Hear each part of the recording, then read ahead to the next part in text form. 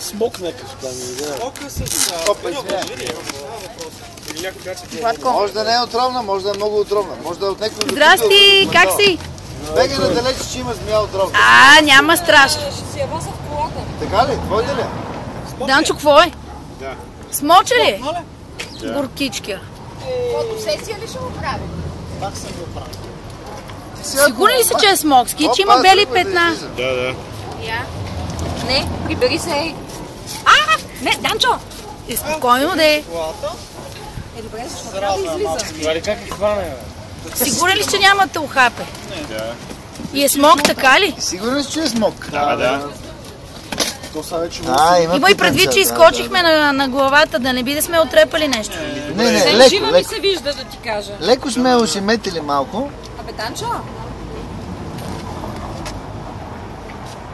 Не, ми е тя много симпатична, между другото. тръгна да хапа, обаче нямаше зъби като хапеше. В смисъл без...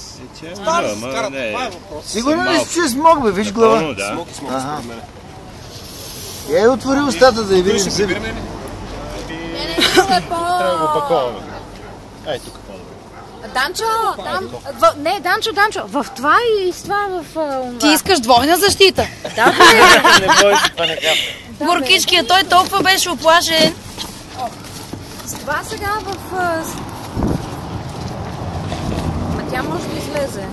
Сега смок, какво се прави? Смок и смока е нещо. Иначе все пак